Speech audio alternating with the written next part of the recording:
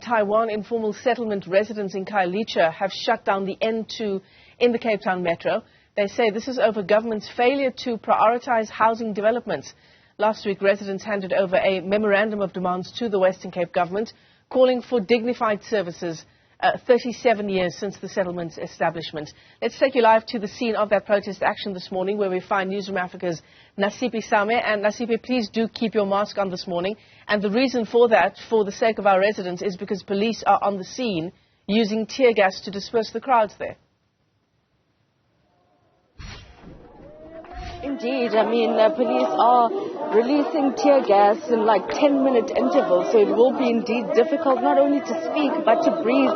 And as you mentioned, the residents of Taiwan informal settlements, probably one of the oldest informal settlements in the city of Cape Town, embarked on a shutdown since this morning around 3 o'clock, closing the N2 or portion of it between the R300 all the way to Spine Road, a proper stretch of about 2 kilometers.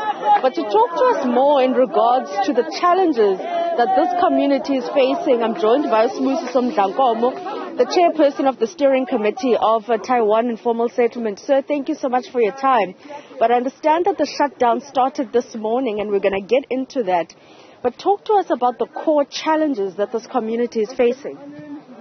Yes, thank you so much. Number one, just to speak about the background of Taiwan.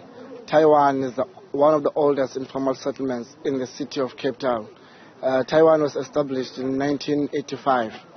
We are one of the poor and the poorest informal settlements in the city of Cape Town. And then the challenges that you're facing, you're speaking about demanding housing development from government, which is provincial government, and you are part of a development program. However, the community is bemoaning the snail pace of that particular development. Yes, as I said before. Okay. That's okay. So what we do understand is that the community of Taiwan handed over a memorandum of demands to the provincial government last week. And in those demands, they were highlighting the fact that there was a project, a Southern Corridor project, that this community was set to benefit from. And as you mentioned, 37 years since its establishment, and many of them not only bemoaning the lack of development or housing development, but also highlighting the fact that they do not have access to adequate basic services. And speaking to one of the community leaders yesterday, they're saying that there's about 5,000 residents or households that are in this particular settlement. I'm not sure if Ubud is ready to speak to us again. Butungatet? Sondela Bud.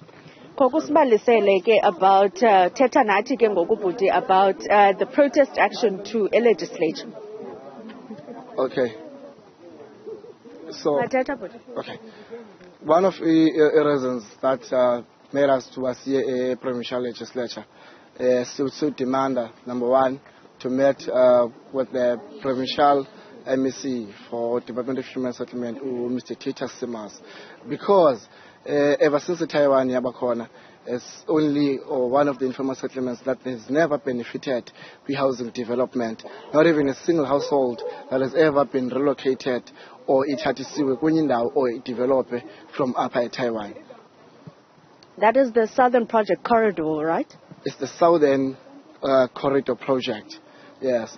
When this project was established in 2018, the then MEC of Human Settlement, or Mr. Bongo Sematigiza, said that Taiwan is going to be incorporated in the Southern Corridor Project. And he said that there's budget set aside for Taiwan.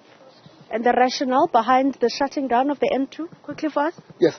The reason why we decided to shut down N2 in Namhlanje because it was our last resort, because we've made all the attempts to engage with the Department of the Western Cape Department of Human Settlement, but they never listened to us. So hence today we decided to shut down the N2. Smusiso there, the chairperson of the steering committee of Taiwan Informal Settlement, basically saying that shutting down the N2 was the last resort and hitting the province where it hits the most, which is the economy. As the day unfolds, we'll obviously keep you up to date, and we have reached out to the provincial government, the MEC there, MEC Simmers, in regards to this particular project, that this community is bemoaning the snail pace. And as you heard from Smusiso saying that this particular community, established in the 80s, is yet to benefit from housing development. Nasiphi Same is live to us there in Khayelitsha. Very difficult circumstances of that live crossing there, Nasiphi. You go and get out of the sort of smoke of the tear gas and try and get some fresh air. That is a developing story for you that we're tracking. We understand a large part of the N2 has been cordoned off by these protesting residents.